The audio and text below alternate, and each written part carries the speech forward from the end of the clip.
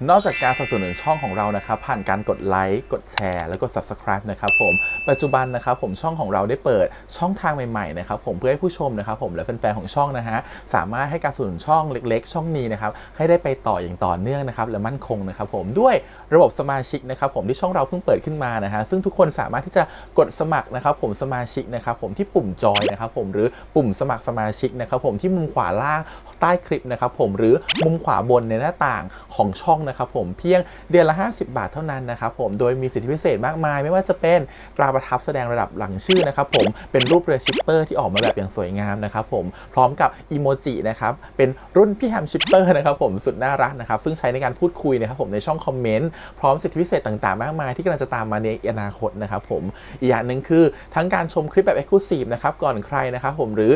โอกาสที่จะได้ทำกิจกรรมต่างๆร่วมกันในอนาคตนะครับผมก็สำหรับสมาชิกเท่านั้นนะครับผมที่เก็บสิทธิ์นี้เอาไว้ให้กับทุกๆท่านนะครับแต่หากระบบสมาชิกยังไม่หนำใจนะครับผมเรายังมีช่องทางอื่นให้สนับสนุนกันนะครับผมไม่ว่าจะเป็นระบบซุปเปอร์แตงนะครับผมซึ่งหากผู้ชมเนี่ยเจอสัญลักษณ์นะครับรูปหัวใจนะครับผมที่มีดอลลาร์ไซน์นะครับผมหรือสัญลักษณ์รูปเงินดอลลาร์อยู่เนี่ยข้างใต้คลิปใดคลิปหนึ่งเนี่ยสามารถที่จะคลิกนะครับผมเพื่อโดเนทนะครับผมแทนคำขอบคุณนะฮะเพื่อเป็นการสนับสนุนช่องได้นะครับหรือจะเป็นการโดเนทนะครับผ่านบัญชีธนาคารนะครับผมซึ่งได้ใส่รายละเอียดเอาไว้แล้วนะครับข้างใต้คลิปนี้นะครับผมเอาไว้ที่คำบรรยายใต้คลิปนอกจากนั้นนะครับผมเรายังได้เปิด Line Open Chat นะครับซึ่งชื่อว่า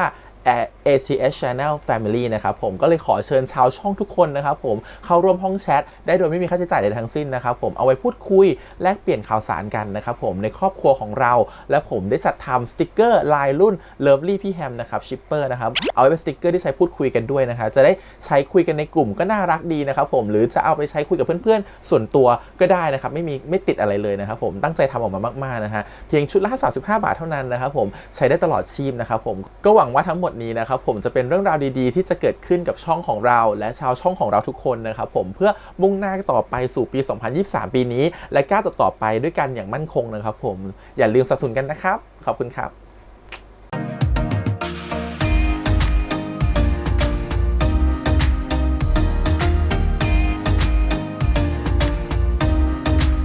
สวัสดีครับยินดีต้อนรับสู่ช่อง ATS Channel นะครับกับพบกับการ reaction นะผมวันนี้กับพี่แฮมนะครับกับการ reaction ซีรีส์เรื่อง Wedding Plan The Series EP ที่3นะครับผมเรื่องราวกำลังสนุกสนานกันเลยนะครับผมเพราะ EP ก่อนเนี่ยเหมือนกับไปจูบกันเรียบร้อยแล้วนะครับจูบกับเจ้าบ่าวและดูซิว่า EP นี้จะเป็นยังไงตัวละครนะครับผมคืออย่างน้ำเหนือเนี่ยเขาจะคิดมากเกินไปหรือเปล่าว่าอยู่ดีเจ้าบ่าวจะมาหลงชอบเขาแล้วเขาจะทำตัวยังไงต่อไปทีนี้คุณสายลมแหละคุณสายลมก็ใช่ย่อยนะครับผมคือเขาก็ชอบอยู่แล้วแหละแต่คือเขาก็เร็วจนเกินไปนะครับอาจจะทำให้ตัวของน้ำเหนือตกใจได้เดี๋ยวรอดูซิว่า EP 3 จะน่ารักขนาดไหนแต่ก่อนอื่นเลยขอบคุณก่อนนะครับผมทางมีไม่ไหวที่อนุญาต reaction ได้นะครับไปตามชมกันเลยครับผมกับ Wedding Plan The Series EP ที่3ครับผมไปเลย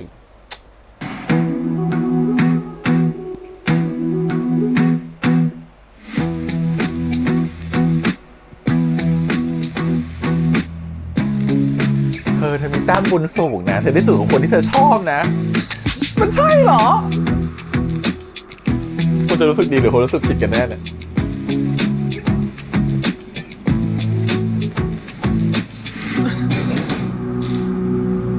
คุณทำอะไรของคุณอะ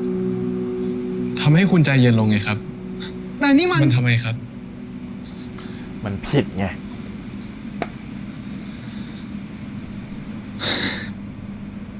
โอเคครับผมว่าผมใจเย็นพอแล้วพอที่จะลืมเรื่องเมื่อกี้ว่าเกิดอะไรขึ้นรู้ไหมว่าถ้าแม่คุณยี่หวาไม่โทรมาบอกผมอะงานแต่งคุณอะมันจะอะไรมากแค่ไหนอะคุณลืมที่ผมเคยบอกคุณไปแล้วหรอลืมผมลืมอะไรครับคุณลืมไปหมดแล้วจริงๆด้วยสิช่างเถอะแล้วตอนเนี้ยคุณรู้สึกยังไงก็อยากต่อยหน้าคุณไง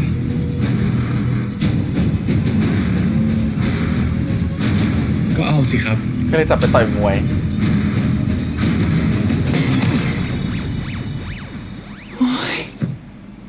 ไม่เอาแล้วผมไม่ได้กับคุณแล้วเป็นไงบ้างครับได้ออกแรงแล้วหายเครียดบ้างไหมคุณมันนิสัยไม่ดี น้องน่ารัก ผมเป็นห่วงคุณต่างหาก คุณรู้ไหมว่าตอนที่คุณมาถึงเนี่ย คุณทำหน้ายังไง ผมเนี่ยนึกว่าจะเป็นสาเหตุให้คุณเส้นเลือดในสมองแตกตายซะละ เลยล่อให้ผมมาออกแรง ว่างั้น ก็มันช่วยผมได้ ผมก็เลยคิดว่ามันน่าจะช่วยคุณได้เหมือนกัน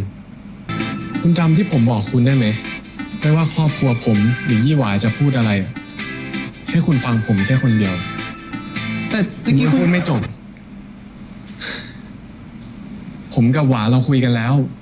ว่าเราจะไม่จัดงานแต่งใหญ่แบบที่พ่อกับแม่ของเราต้องการ แต่ก็จะไม่เล็กเกินไปจนทำให้ท่านเสียหน้า เราก็เลยจัดการทั้งเรื่องจำนวนแขก ให้โควต้าแขกไปหมดแล้ว ดังนั้น คุณเข้าใจหรือยังที่ผมบอกคุณอะไม่ว่าอะไรจะเกิดขึ้น ให้คุณฟังผมแค่คนเดียว แล้วถ้าคุณมีเหตุผลของคุณอยู่แล้วทำไมคุณถึงไม่รับสายผมล่ะ ถ้าผมไม่ทำแบบนั้น ผมก็ไม่ได้เจอคุณสิ เจ้าบ่าวเราออกนอกหน้าเกินไปแล้วนะลุกหนักเกินไปแล้วเจ้าบ่าว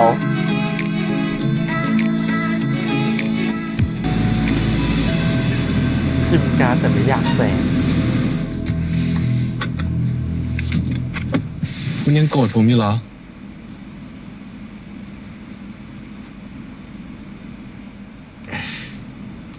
โกรธอะไรล่ะครับ ไม่มีอะไรให้ผมต้องโกรธคุณสักหน่อย เรื่องงานก็อย่างที่คุณว่าเลยครับ หลังจากนี้เนี่ย ผมจะทำตามที่คุณบอกแล้วกัน ยังไงวันนี้เนี่ย ผมขอบคุณมากเลยนะ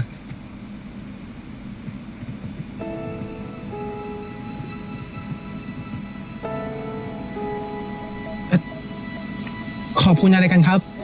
ผมต่างหากที่ต้องขอบคุณคุณที่คุณมาส่งผม งั้นผมไปก่อนนะครับ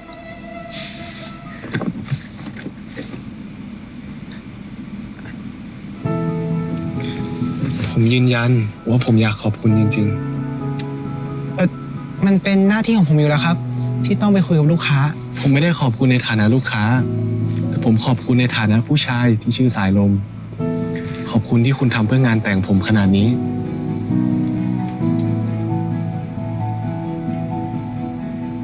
เราก็อ่อยเขาเก่งไงนี่ก็ตกหลุมแล้วตกหลุมอีกเนี่ยโอ้ นี่ ย คุณกำลังทำผมเขินนะครับ เขาต้องการอย่างนั้นแหละ ยังไงก็ขอบคุณอีกครั้งนะครับ ที่มาส่ง เราเนี่ยก็ไม่ เดี๋ยว ล ครั ด บคุณเหนื ละ อ ไม่ลดละ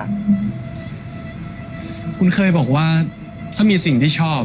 หรืออะไรที่ต้องการเป็นพิเศษเนี่ย ให้แจ้งคุณได้เลยใช่ไหม ใช่ครับ อะไรพวกนี้เนี่ยจะบ่งบอกความเป็นตัวตนของเจ้าบ่าวเจ้าสาวครับ บางทีก็ทำให้รายละเอียดงานเนี่ยชัดเจนมากขึ้นนะครับ งั้นผมมีเรื่องสำคัญต้องรบกวนคุณแล้วแหละ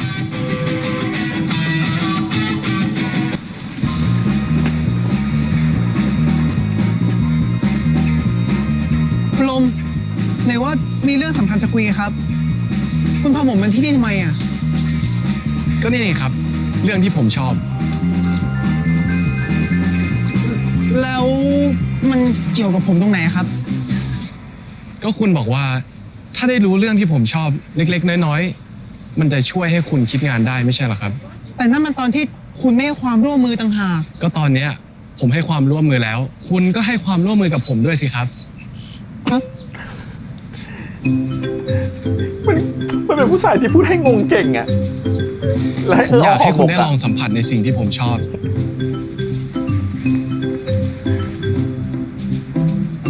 คุณจะได้รู้จักตัวตนผมมากขึ้น แล้วก็ใช้การเป็นลูกค้ามายัดเยียด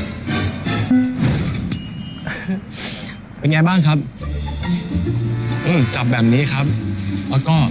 ล็อกหัวไหล่เอาไว้ ก็จะได้ใกล้ชิด ไม่งั้นเวลาที่เครื่องดึงเนี่ย คุณจะคว่ำแล้วมันก็จะเจ็บด้วย ผมไม่เล่นได้ไหมอ่ะ ลองดูสักครั้งนะครับ นะครับ ตายนะครับ ตายเล่นก็ได้อะ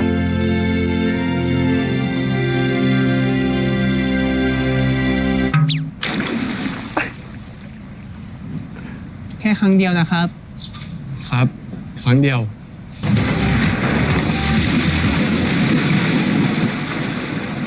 จิกกี้จิกกี้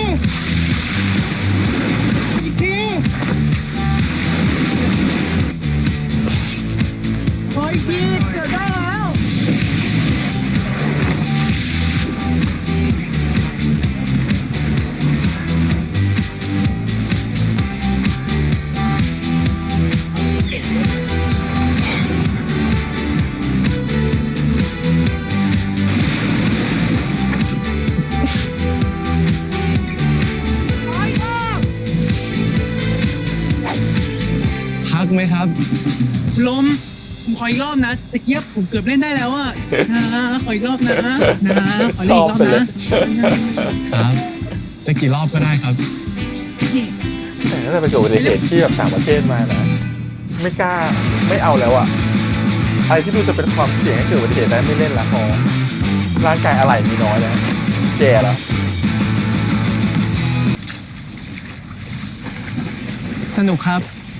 แต่จะสนุกกว่านี้ถ้าผมไม่โดนหลอกมา ผมขอโทษนะ ไม่โกรธผมนะครับ โอ้ยพูดแบบนี้ใครจะโกรธ ลมอย่าทำหน้าแบบนี้สิครับ ผมทำหน้าแบบไหนเหรอ เนี่ยแบบเนี้ย ผมเริ่มดีใจแล้วนะ ที่เกิดมาหน้าตาแบบนี้เนี่ย คุณแพ้หน้าผมใช่ปะ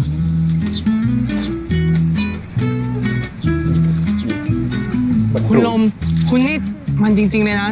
มันรู้ แก้ ตัว ผมได้ตลอดเลยอะ มันรู้ว่าตัวเองมีอะไรดีอะรู้ สีส้มครับ ครับ คุณเหนือชอบสีอะไรครับ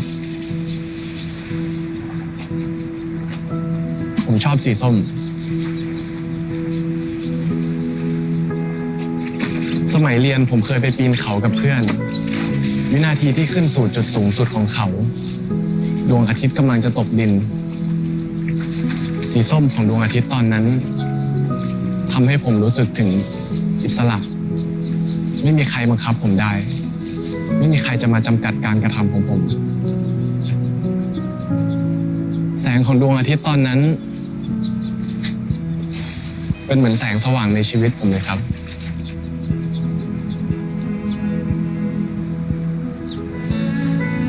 ดังนั้นถ้าผมจะแต่งงานอะสีที่ผมอยากจะให้มีในงานแต่ง ก็คงเป็นสีส้มครับ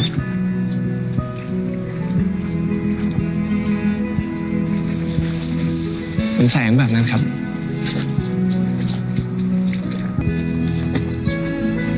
แต่เรื่องแบบเนี้ยคุณโทรมาบอกผมก็ได้ มันก็แค่ข้ออ้างนะครับ นี่คุณลม คุณยอมรับแล้วเหรอว่า คุณหลอกผมมาโอ้โหนี่คุณไม่มีเพื่อนถึงขั้นต้องหลอกผมมาเป็นเพื่อนเลยเหรอครับ ครับ มันก็แค่ข้ออ้าง ที่ไม่ให้หลอกเราเป็นเพื่อนจะหลอกเราเป็นแฟนน่ะ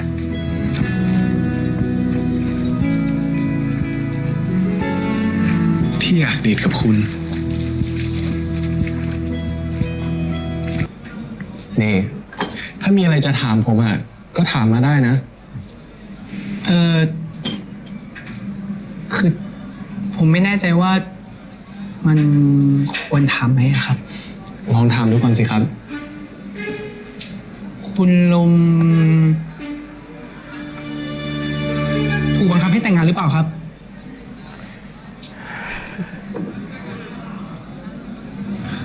อะไรทำให้คุณคิดอย่างนั้นล่ะครับ ทุกอย่างที่คุณทำไง น้องไม่พูด แต่ว่า น้องไม่พูดออกมาแล้ว น้องคิดใน ถ้า หั คุณ ว ไม่อยากตอบก็ไม่เป็นไรนะครับ น้องไม่พูดคนเดียวแล้วลูก ดีมาก พูดตอนนี้เลยได้ไหม บอกเขาไปให้หมด คุณอาจจะสัมผัสได้ว่ามีอะไรบางอย่างระหว่างผมกับยี่หวาแต่ไม่หรอกครับ ผมไม่ได้โดนบังคับให้แต่งงาน ผมเต็มใจจะแต่งกับยี่หวาจริงๆ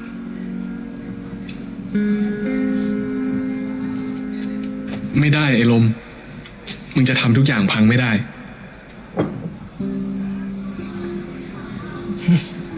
ก็นั่นนะสิครับ ผมก็ถามอะไรไม่รู้เนาะ มันจะเป็นแบบนั้นไปได้ไง ลึกๆก็ชอบ อีกลึกๆก็ต้องทำเพื่อหน้าที่เฮ้ยแล้วทำแล้วไม่ไปหลอกเขาขนาดนี้ทำไมเนาะ ผมขอโทษนะ ขอโทษผมทำไมครับ ผมต่างหากที่จะต้องขอโทษคุณลมคือผมถามในโง่ ขอโทษสิ ต้องขอโทษ ต้องขอโทษในหลาย ๆ เรื่องเลย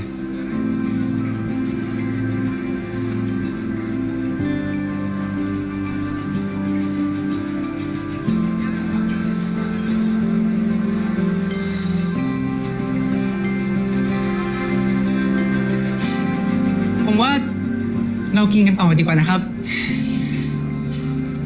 น้องพี่ขอเบียร์แก้วหนึ่ง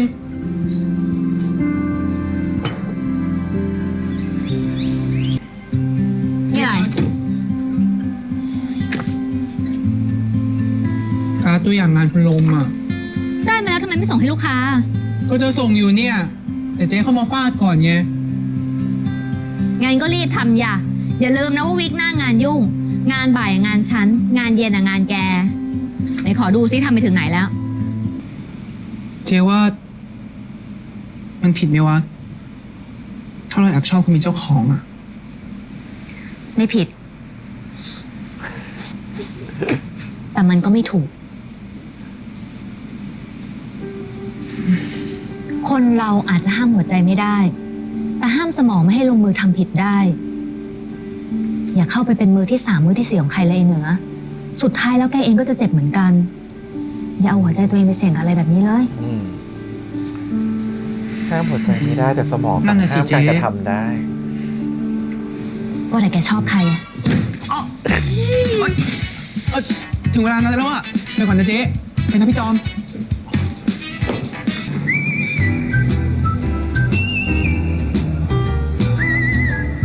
ขอบใจนะลีนที่รับแปลเล่มนี้ให้อ่ะลีนต่างหากที่ต้องขอบคุณ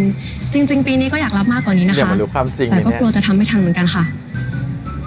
พี่เข้าใจ จะหาทรานสเลเตอร์ที่ภาษาสวยๆอย่างลีนอ่ะ ง่ายที่ไหนอุ๊ยพี่ลืมไปเลยอ่ะว่าพี่ต้องเข้าไปที่โรงพิมพ์พี่ไปก่อนนะ สวัสดีค่ะจ้ะ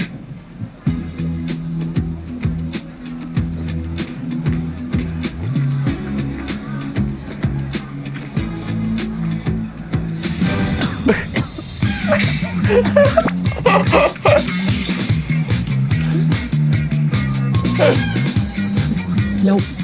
กูจะหลบทำไมวะ แต่ใครมันจะไปกล้าสู้หน้าวะ มึงไปหวั่นไหวกับเจ้าบ่าวเขานะเว้ย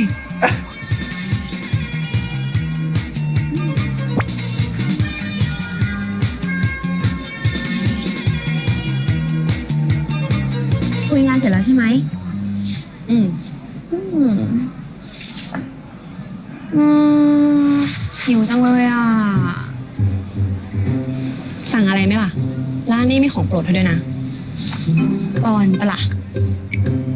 ไม่น่าชมว่าเท่ หืมเมื่อกี้ชมพี่ว่าเท่หรอ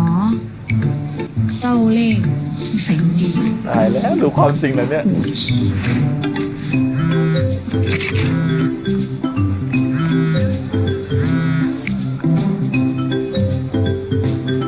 สวัสดีครับ อ๋อ เปลี่ยนที่นานเหรอครับ ได้ครับ ไว้เจอกันนะครับ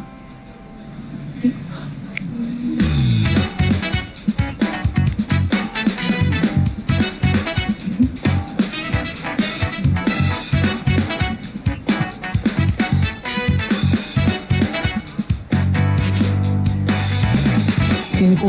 เพลียขนาดนี้ตั้งแต่เมื่อไหร่วะ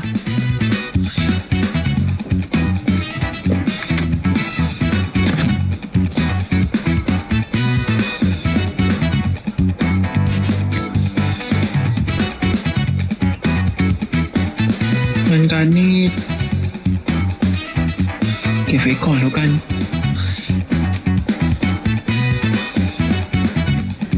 เห็นเธอบอกว่าช่วงนี้พี่ลมดูซึมๆพี่เลยอยากรู้ว่า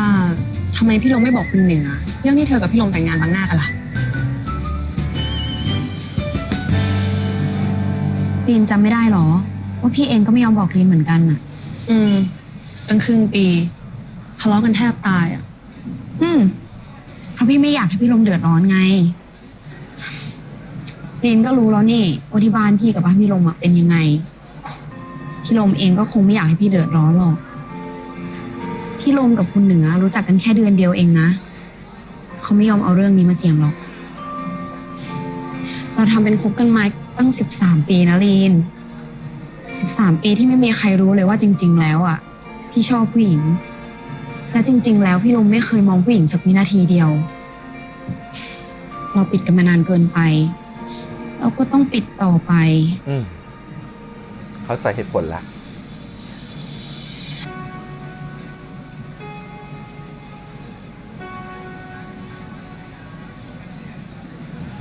แต่พี่ดีใจนะ ที่วันนั้นพี่เจอรีนอะดีใจที่รีนไม่หนีพวกปากหมาพวกนั้นกลับ ที่ บ้า ยั น ง ไป ต้อง ก่อ ปิด น และต้องกลัวอยู่ แล้วพี่ก็อยากให้พี่ลมเจอคนคนนั้นเหมือนกันงั้นเป็นคนนี้เหรอ ก็หวังว่านะ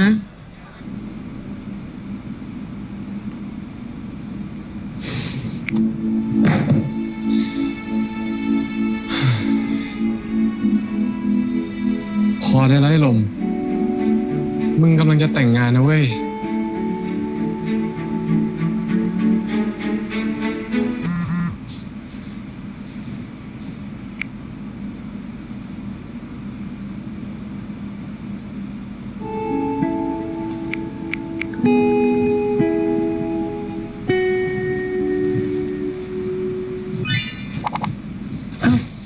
ลมเข้ามาดึกเชียวลูก แม่ยังไม่นอนเหรอครับ ถ้าแม่นอนน่ะก็อดเห็นตัวดีหนีเที่ยวสิ ผมทำงานอยู่ที่ออฟฟิศ ไม่เชื่อเนี่ย แม่ถามยามหน้าออฟฟิศก็ได้ ก็แล้วไป แต่นี่นะ แม่ไม่ได้จับผิดนะ แต่แม่จะเตือนลมหน่อยว่าลมใกล้จะแต่งงานแล้ว เมื่อก่อนตอนหนีเที่ยว แม่ทำเป็นไม่รู้ไม่เห็น แต่ตอนนี้ใกล้จะแต่งงานแล้วอะยังไงอะก็ต้องมีเวลาให้น้องเขาบ้างนะลูก แม่ครับ ผมกับหวาเนี่ย เห็นหน้ากันจนเบื่อแล้ว อย่ามาพูดคำนี้เชียวนะ ยังไม่ได้แต่งงานกันเลย แม่ครับ ผมเคยบอกแม่แล้วไง ว่าชาตินี้เนี่ย ผมจะไม่แต่งงานกับผู้หญิงคนอื่น นอกจากพี่หวา คนที่เป็นรักแรก รักเดียว รักที่สุดของผม เนี่ยไปโก แล้ว หก ก็ อ เป็น ย่าง คน เงี้ย ที่แม่เนี่ย รักเหมือนลูกสาวแท้ๆด้วย ดังนั้นผมเนี่ยจะไม่มีวันทำให้แม่ต้องมาปวดหัวแทนน้องเรื่องผู้หญิงคนอื่นแน่นอน ขอให้จริงอย่างปากว่าเถอะ ครับ ผมสาบานเลย ไม่มีผู้หญิงคนอื่นแน่นอน แน่นอน แน่นอน ไม่ปวดหัวเรื่องผู้หญิง งั้ แน่ นเดี๋ยวน ผ อ ม น ขึ้นห้องไปเอาเอกสาร แล้วก็เดี๋ยวไปคอนโดนะครับ อ้าววันนี้ไม่นอนบ้านเหรอ ผมชอบอยู่คอนโดมากกว่า แม่ก็รู้ ตามใจ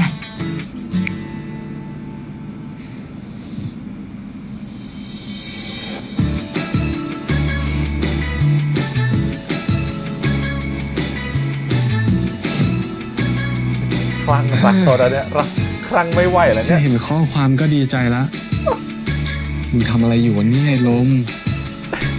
เดี๋ยวฟอยรวบตัวกลางอีกทีนึงนะครับจะขึ้นสะพานแล้ว ที่พายุเป็นสถาปนิกที่ดังไงของงานนี้แล้วจะเจอเรนหรือเปล่าเนี่ย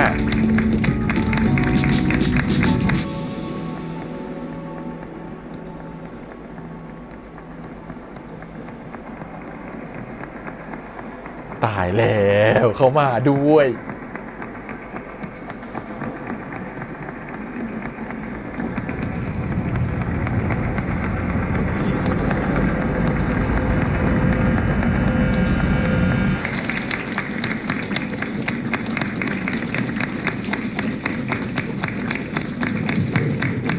รอเนาะ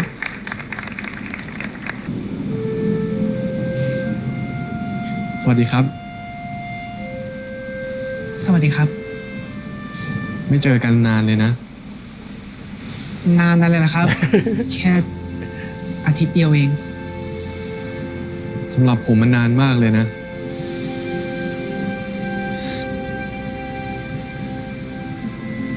แล้วนี่คุณลงมาได้ไงครับ เพราะผมอยากเจอคุณ จริงๆแล้วอ่ะผมร่วมงานกับผู้บริหารที่นี่ เมื่อกี้ผมเจอคุณอิ่ม เขาบอกว่าคุณไม่ได้เอารถมา งั้นวันนี้กลับกับผมนะ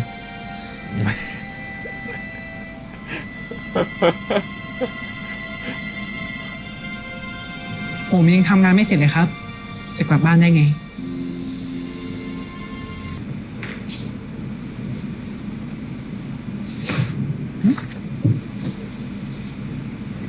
พี่รักษาสัญญากับเลน เลนก็ต้องรักษาสัญญากับพี่ด้วยนะ เลน อะไร มาไม่ กัน ให้ซุ้ม นะ ไม่ให้เสียง แล้วนี่อะไรอ่ะ ผู้บริหารให้มาเหรอ ถือให้พี่หน่อยสิ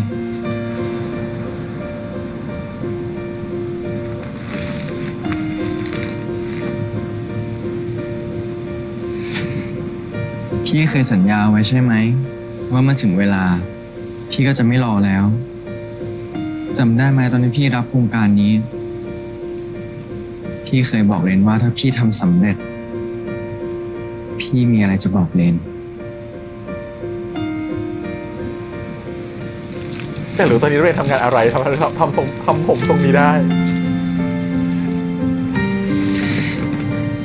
นอกจากเรนจะเป็นพาร์ทเนอร์ในการทำงานแล้วอะ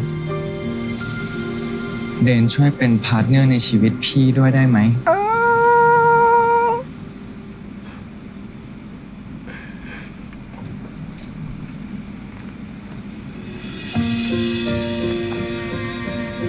แต่งงานตามๆกันไป แต่งงานกันนะ นี่เป็นเหมือนไซส์สตอรี่นะนี่แยกเนื้อเรื่องเขาเลยเนี่ย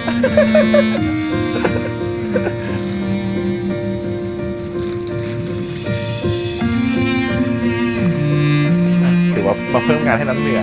ผมคิดว่าเดี๋ยวผมใช้เอเจนซี่น้ำเหนือในการงานแต่ง ช่วยอยู่กับพี่ตลอดไปเลยนะ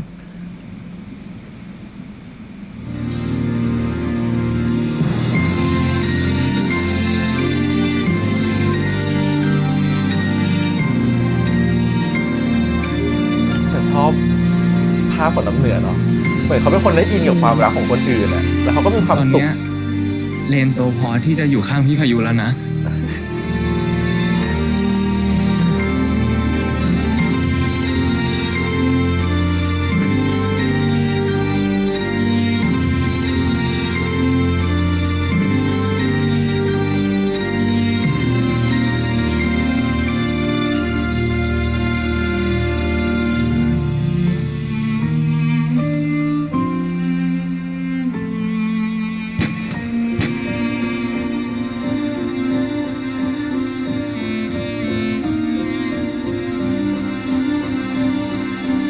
ที่บอกงานไม่จบก็คืออันนี้นี่เอง น่าจะเป็นงานที่น้ำเหนือเขารับหน้าที่ต้องทำเซอร์ไพรส์ให้กับตัวของพายุต่อไป ได้แต่งตามกูแล้วนะมึง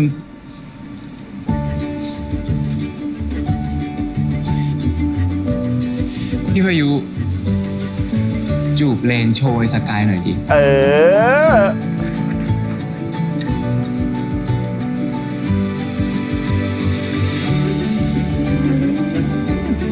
เหมือนงานแต่งไปแล้วแหละเหมือนงานแต่งไปแล้วล่ะไม่ต้องแต่งจริงก็ได้อะ พี่บายดูมันดิ ขอบ้างไหมนะ ไม่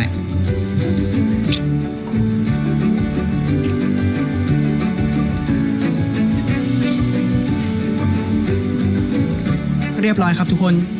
วันนี้ขอบคุณทุกคนมากนะครับ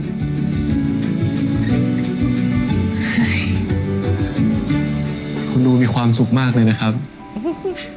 คุณรู้ไหมว่าตอนที่คุณพายุมาหาผมตอนแรกอ่ะ ผมตกใจมากเลยนะ ที่จู่ๆสถาปนิกที่ร่วมออกแบบโครงการอ่ะ ก็เรียกผมไปคุยเป็นการส่วนตัว แต่แล้วจู่ๆเขาก็ก้มหัวขอร้องผม ให้ผมเนี่ยช่วยขอแฟนเขาแต่งงาน สีหน้าของเขาตอนนั้นนะดูมีความสุขมากเลยคุณลม มากจนแบบผมปฏิเสธไม่ลงเลยอ่ะ ดีจังเลย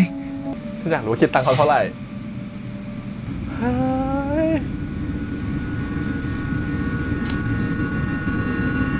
ว่าแล้วเรื่องนี้ อุ๊ย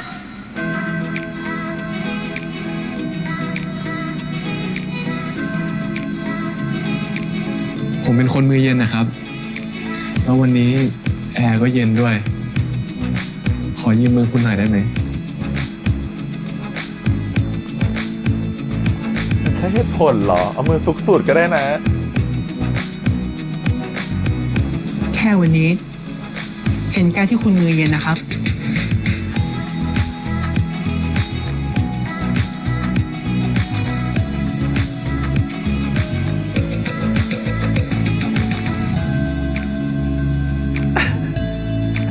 ฝันที่ ที่ไม่กล้าฝันของคุณชายลม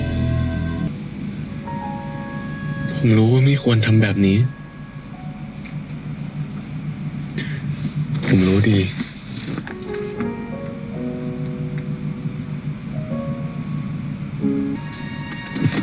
เพราะคุณฉวยโอกาสอะ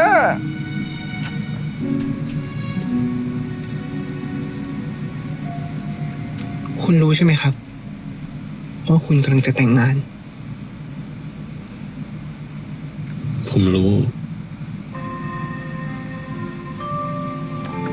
ผมรู้ว่าผมไม่มีสิทธิ์ทำแบบนี้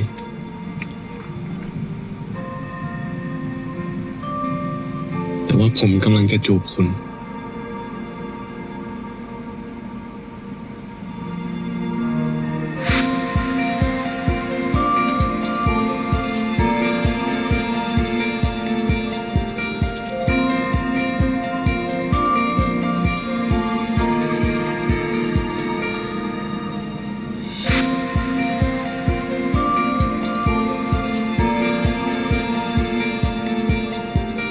ตายแล้วลูกเราก็เล่นแบบเขาด้วยอ่ะ ยาวจ้ะยาว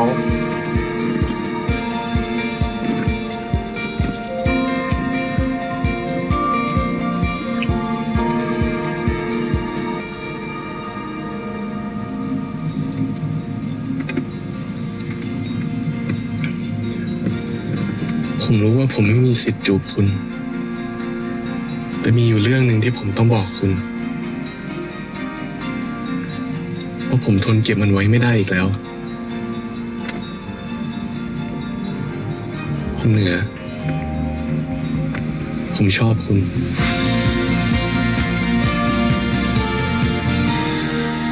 อ๋อจะดราม่าไหมเนี่ย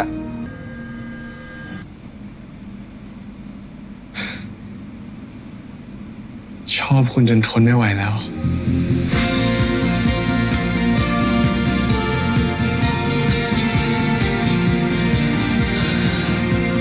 ว่าไงคะ มีอะไรอยากจะปรึกษาหวังเปล่า อย่างเรื่องความรัก คุณรู้เหรอครับว่าผมง้อคุณอยู่ ถ้าคุณยอมให้ผมอยู่ใกล้ๆเป็นเพื่อน เพื่อนก็ได้ครับ คุณเป็นผู้ชายเฮงซวยทำคนอื่นเขาหวั่นไหว คุณมาจูบผมบอกชอบผมทำไมอะคุณรู้ไหมว่า ผมมาเป็นคนรักใครรักจริง ถ้าชอบใครแล้วอ่ะมันตัดใจยากนะรู้ไหม โอ้ยตายตายตายคือรู้สึกว่ามันเป็นซีรีส์ที่ในฐานะคนดูอะเราฉลาดกว่าตัวละคร เพราะว่าเราอะรู้อยู่แล้วว่า ตัวละครทั้งสองตัวลึกๆชอบกัน มันเราจะรู้สึกว่าเอ้ยก็ชอบกันน่ะมันอนุโลมให้ได้แหละ เราเข้าใจถ้าเธอจะแบบว่า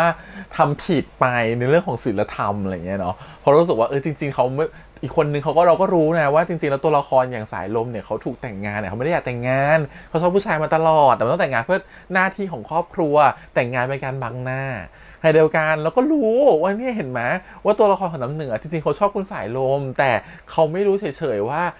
จริงๆแล้วสายลมชอบผู้ชายหรือเปล่าแล้วไม่รู้เฉยๆว่าสายลมจริงๆเขาไม่ได้ชอบยี่หว่าถ้าเขารู้แบบนี้นะเขาก็จะใส่ใจเราไปเต็มที่เขาจะชอบสายลมมากกว่านี้เนี่ยเรารู้ในฐานะที่เราเป็นคนดูเนาะเพราะฉะนั้นเราก็รู้สึกว่า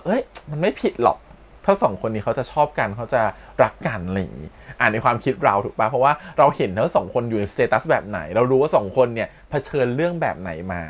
แต่ในทางกลับกันนะครับผมในมุมของตัวละครนะตัวละครเขาไม่รู้นะฮะเขาไม่รู้ว่าจริงๆแล้วเนี่ยอีกฝ่ายหนึ่งคิดยังไงอีกฝ่ายหนึ่งรู้สึกยังไงอีกฝ่ายหนึ่งทำแบบนี้เพราะอะไรคนที่ไม่รู้ที่สุดเลยก็คือตัวของน้ำเหนือนะฮะน้ำเหนืออาจจะรู้แหละว่าสงสัยแล้วว่ายี่หว่าเนี่ยเขาไปอยู่กับน้องมารีนแล้วเขารู้สึกว่าสองคนเนี่ยน่าจะมีอะไรเอี่ยวกันสองคนนี้น่าจะเป็นแฟนกันแล้วเขาก็เริ่มมั่นใจขึ้นเรื่อยๆหลังจากที่คุณสายลมเนี่ยมาจูบเขาแล้วก็เริ่มอยู่ใกล้เขามากขึ้นเขาก็เริ่มมั่นใจว่าหรือจริงๆแล้วสองคนนี้แต่งงานบังหน้าเขาเลยถามคำถามนั้นออกไปกับสายลมว่าที่ผ่านมานี่คือการแต่งงานบังหน้าหรือเปล่าแต่ด้วยความกลัวของสายลมก็บอกไปว่าไม่ใช่ผมก็เลือกที่จะแต่งงานกับยี่หว่าจริงๆเขาไม่ได้โกหกนะฮะเขาก็บอกว่าเขาต้องการแต่งงานกับยี่หว่าจริงๆเพราะว่าเขาต้องทำเพื่อหน้าที่เขาแค่พูดไม่หมดแต่สิ่งนั้นก็ทำให้ตัวของน้ำเหนือมันก็มีความลังเลว่าตกลงยังไงกันแน่แต่พอไปเห็นว่ายี่หว่าอยู่กับอีกคนนึงเนี่ย เขาก็เริ่มมั่นใจแล้วว่ามันเป็นการแต่งงานบังหน้าจริงๆงั้นพอหลังสุดท้ายตอนที่เขามาจูบกับสายลมในรถเนี่ยมันทำให้รู้สึกว่าใจเขาเริ่มหลุดไปที่สายลมแล้วเพราะเขารู้สึกว่าจริงๆแล้วอ่ะในเมื่อมันมีเส้นบางๆระหว่างความถูกต้องอยู่เพราะว่าเขาก็เห็นว่า2คนจริงๆคงไม่ได้ชอบกันยี่หว่ากับสายลมคงไม่ได้คิดจะแต่งงานจริงๆมันก็มีพื้นที่ช่องว่างให้เขาเข้าไปเล่นในตรงนั้นมันทำให้เขารู้สึกว่าเขาก็ยอมเอาใจลงไปเล่นโดยที่ไม่บล็อกตัวเองแล้วไม่ขวางตัวเองแล้วการที่สายลมจะจูบเขาก็เล่นไปตามเกมของสายลมเลยทีนี้เนี่ยมันจะทำให้เห็นตัวอย่างใน EP หน้าว่าคำพูดที่ตัวของน้ำเหนือพูดออกมาคือการที่ว่าคุณอย่าทำแบบนี้สิสายลมอยู่ทำแบบนี้สักทีเพราะว่าถ้าแบบนี้ต่อไปผมจะตกหลุมรักคุณมากแล้วนะแล้วผมตกหลุมรักคุณมากผมจะถอนตัวไม่ขึ้นนะและยิ่งเป็นแบบนี้ต่อไปมันจะเวิร์กจริงๆหรอมันไม่ได้เกิดความรู้สึกว่าการเข้าไปเป็นเหมือนกับมือที่3ของเขาเป็นความรู้สึกผิดอีกต่อไปแล้วพอเขาเริ่มมั่นใจแล้วว่าเขาไม่ใช่มือที่3และเขาเริ่มมั่นใจแล้วว่าจริงๆแล้ว2คนนี้ไม่ได้แต่งงานกันหรือชอบพอกั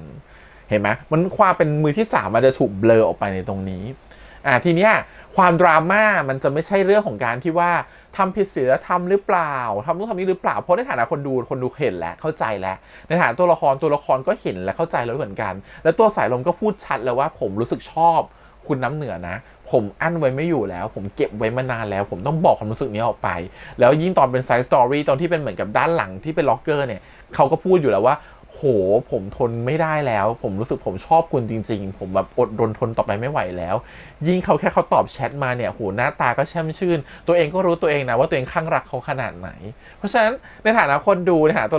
ละครรู้ตัวเองอยู่แล้วแล้วตัวละครรู้เลยว่าต้องทำอย่างไรต่อไปเพราะฉะนั้นดราม่าที่มันจะเกิดขึ้นต่อไปในอนาคตมันจะไม่มาจากเขา2คนแล้วว่าเขารู้สึกทำผิดต่อสิ่งที่มันเกิดขึ้นเพราะว่าความรู้สึกที่มันทำอยู่ตอนนี้เขาไม่รู้สึกผิดแล้วมันจะผิดอยู่แค่อย่างเดียวคือผิดต่อพ่อแม่เขาผิดต่อคำสัญญาที่ไว้พ่อแม่เขาไว้และสิ่งที่เขาประกาศออกไปแล้วว่าจะแต่งงานเนี่ยพ่อแม่เขาคงไปพูดเอาไว้เต็มหมดแล้วแหละว่าจะแต่งงานเพราะฉะนั้นเรื่องเนี่ยมันคือเรื่องสำคัญเหมือนการที่เขาจะไปเสร็จเมื่อเขาจะทำให้มีงานแต่งงานแล้วอยู่วันนึงจะไม่มีขึ้นมาเนี่ยเหตุผลนะอะไรที่จะมารองรับแล้วมันจะกระทบชิ่งไปถึงตัวยี่หว่าด้วยที่คบกับตัวของมารีนโดยที่ไม่ได้บอกใครไม่มีใครรู้มาก่อนทุกคนยังคิดว่า2คนนี้ทั้งยี่หว่าและสายลมคบกันมา13ปีแล้วเป็นแฟนกันมา13ปีแล้วเพราะฉะนั้นเรื่องใหญ่แน่นอนจ้ะเรื่องใหญ่จากพ่อแม่แน่นอนว่าพ่อแม่จะโอเคไหมแล้วยูนูแม่นะแม่ของสายลมก็คือรักยี่หว่ามากและก็หวังว่าจะได้แต่งงานมากๆแล้วถ้ารู้ว่าผิดหวังขึ้นมาเนี่ยจะเป็นยังไงปัญหาไม่ได้เกิดจากผู้หญิงครับแม่ปัญหาเกิดจากผู้ชายปัญหาครั้งนี้มันช่างถูกต้องนักแต่ที่ตัวเองพูดกับแม่เลยว่าไม่มีทางที่จะเป็นผู้หญิงอื่นครับแต่จะเป็นผู้ชายอื่นดูสิว่าแม่จะทำยังไงกับความสัมพันธ์นี้และดูแม่ของยี่หว่าก็ไม่ธรรมดาเหมือนกันนะครับเสียงจากที่โทรศัพท์มาเนี่ยไม่ธรรมดาเหมือนกันคิดว่าไม่เบาเหมือนกันคิดว่างั้นปัญหาที่จะเกิดขึ้นต่อจากนี้คือเมื่อ2คนสารภาพรักกันแล้ว2คนบอกความรู้สึกของตัวเองออกไปแล้วเนี่ยเขาจะฝ่าฟันอุปสรรคของพ่อแม่เขาได้หรือเปล่าพ่อแม่เขาถ้าพ่อแม่เขาแบบโหเป็นอุปสรรคที่มันใหญ่มากเนี่ยสุดท้ายคนที่ปล่อยมือไปอาจจะ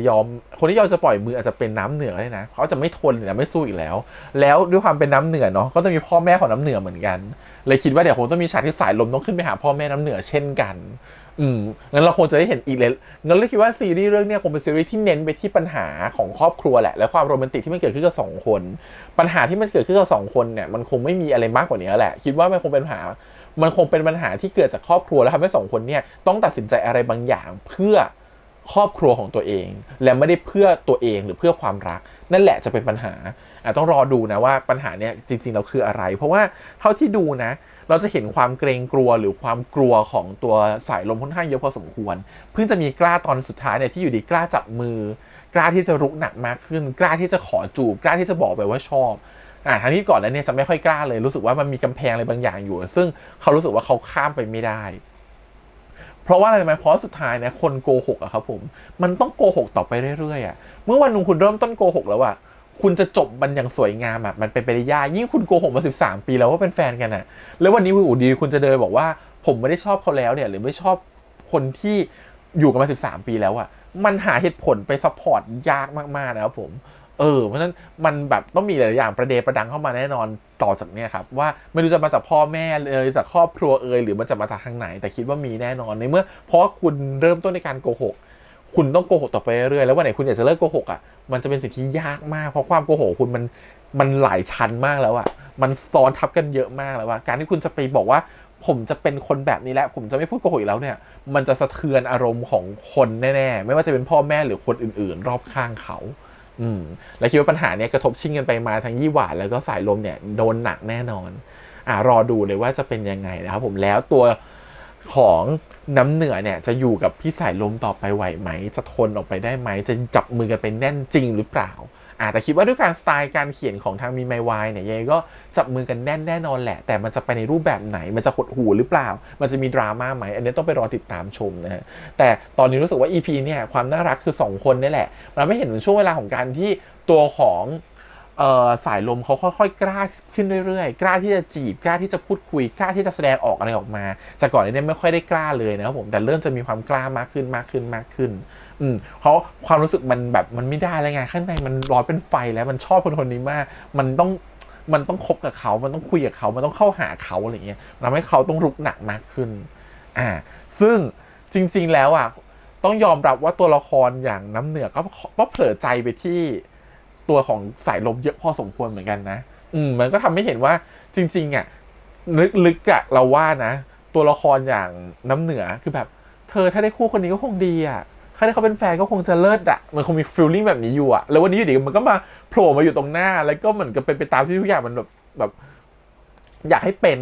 มันควรจะมีความแบบสุขกึ่งหนึ่งก็มีความสุขแบบโอ้โหฟีลลิ่งเต็มที่เลยแต่กึ่งหนึ่งภาพปัญหาก็เริ่มลอยมาแล้วงานแต่งงานจะเป็นยังไงต่อไปวันรับงานมาแล้วทำยังไงต่อไปแล้วสุดท้ายจะเกิดอะไรขึ้นพ่อแม่เขาจะยอมไหมคือภาพในอนาคตมันก็เข้ามาหลอนตอนนี้เหมือนกันนะฮะมันทำให้เขาต้องตัดสินใจเยอะพอสมควรก็ไม่แปลกที่เขาจะเริ่มแบบทำตัวถอยหนีหรือทำตัวถอยห่างตัวของแบบสายลมนะเพราะว่าตัวน้ำเหนือเขาก็ต้องใช้เวลาคิดทบทวนพอสมควรเหมือนกันก็ประมาณนี้ส่วน EP นี้อยากชมเรื่องความหวานนะครับผมคือแบบมันเป็นความหวานที่มันค่อนข้างน่ารักแต่มันจะมีความเบียวๆนิดนึงแบบพวกแบบก็ถ้าอยากจะให้ผมหยุดพูดก็ต้องจูบด้วยแบบต้องแบบว่าเอาปากมาปิดหรือนู่นนี่นั่นน่ะแล้วสุดท้ายก็เข้าไปจูบแบบมันจะมีความแบบเบียวๆนิดนึงว่าจริงๆเธอไม่ต้องเข้าไปจูบก็ได้นะทำไมต้องเข้าไปจูบเขาอะไรอย่างเงี้ยหรือเหตุผลแบบว่ามือผมเย็นผมขอจับมือคุณเนี่ยคือแบบเป็นเราก็รู้แล้วนี่เธอจีบฉันใช่ไหมเธอจีบฉันแหละฉันว่าฉันมั่นใจถ้าเธอบอกเธอไม่ได้จีบฉันเนี่ยฉันจะเริ่มคิดว่าเธอหน้าร้ายหลังหล่อหรือเปล่าหรือว่าเธอเป็นคนไม่ดีนะถ้าเธอมาโกหกฉันแบบนี้มันจะเป็นฟีลลิ่งแบบนี้แล้วเพราะฉะนั้นก็รู้สึกว่าเป็นความหวาน2คนที่มันน่ารักดีแล้วก็ยังชอบตัวละครของน้ำเหนือนะคือน้องปลั๊กไฟเล่นคือเล่นแบบน่ารักเล่นได้แบบดูไร้เดียงสาแต่ต้องชมว่า EP เนี้ยคุยกับตัวเองน้อยนะฮะไม่คุยกับเสียงดังแล้วไม่พูดกับตัวเองแล้วคุยอยู่ในหัวมีการเปลี่ยนแปลงนะฮะก็ถือว่าเป็นการเปลี่ยนแปลงในทางที่ดี เพราะจริงๆเราไม่ควรจะพูดพร่งออกไปเดี๋ยวคนอื่นเขาจะรู้หมดว่าเราคิดอะไรโอเคแล้วก็มีอีกคู่หนึ่งที่แบบหวานมากนะครับผมนั่นคือพายุกับเรนนั่นเองก็ตอนแรกก็เห็นในเทรลเลอร์แหละว่าจะมีฉากแบบนี้อยู่สุดท้ายก็ออกเป็นฉากขอแต่งงานนั่นเองนะครับผมแล้วก็ที่งานไม่จบเนี่ยที่บอกว่าฉันกลับบ้านไม่ได้ก็เพราะว่าเขายังมีงานอีกงานหนึ่งเป็นงานพิเศษที่เพิ่งเข้ามาสำหรับการที่ช่วยให้คุณพายุขอเรนแต่งงานนั่นเองนะฮะก็เลยมีงานอยู่แต่ชอบความที่น้องปลั๊กไฟแสดงนะคือเหมือนกับเขาดูตาเป็นประกายมากแบบโอ้โหฉันอินกับความรักมากฉันอยากให้เกิดความรักแบบนี้มากๆฉันอยากจะมีความรักแบบนี้อินกับเขามากๆรู้สึกคือตาเป็นประกายมากเลยมันเป็นแพชชั่นของการทำงานจริงๆทำให้สายเราก็เห็นว่าคนนี้มันเจ๋งว่ะแล้วก็อยากจะคบคนนี้อะไรอย่างเงี้ยก็ถือว่าเรื่องไม่ผิดนะฮะถึงเป็นเด็กน่ารักอีกคนหนึ่งรอดูนะครับผมสัปดาห์หน้าจะเป็นยังไงต่อไปกับ EP ที่4นะครับผม Wedding Plan The Series มันยังไม่ถึงครึ่งทางเลยเรื่องราวมันต้องอีกเยอะแยะไปหมดแน่นอนนะครับผมไม่รู้ว่าจะเกิดอะไรขึ้นอีกต่อจากนี้โอเคแต่วันนี้ประมาณนี้ก่อนครับฝากไว้ด้วยนะครับผมกับช่อง ADS Channel ฝากกดไลค์กดแชร์กด Subscribe แล้วก็เสียงทาง YouTube Instagram Twitter แล้วก็ Facebook เดี๋ยวเจอกันใหม่สัปดาห์หน้ากับ Wedding Plan The Series ครับผม EP ที่4วันนี้พี่แฮมไปก่อนนะครับบ๊ายบาย